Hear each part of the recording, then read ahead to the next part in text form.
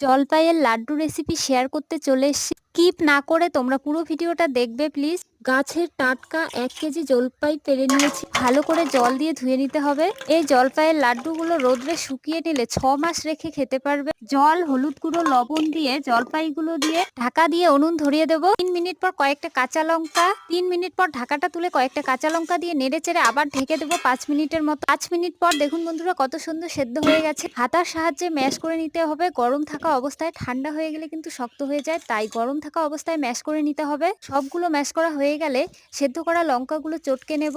স্বাদ মতো চিনি দিয়ে হাত দিয়ে ম্যাশ করে নিতে হবে, যাতে করে চিনিটা গলে যায় খুব তাড়াতাড়ি। কোনো রকম তেল মশলা ছাড়াই জলপাইয়ের লাড্ডু রেসিপি শেয়ার করলাম। কেমন হয়েছে কমেন্ট করে অবশ্যই জানাবে। হাতের সাহায্যে লাড্ডুর শেপ দিয়ে থালায় সাজিয়ে নেব। আমার সবগুলো লাড্ডু বানিয়ে সাজানো হয়ে গেছে। এখন রোদ্রে শুকোতে দেবো 2 থেকে 3 দিন। তোমরা 6 মাস রেখে খেতে চাইলে 6 থেকে 5 দিন রোদ্রে শুকিয়ে নিতে হবে।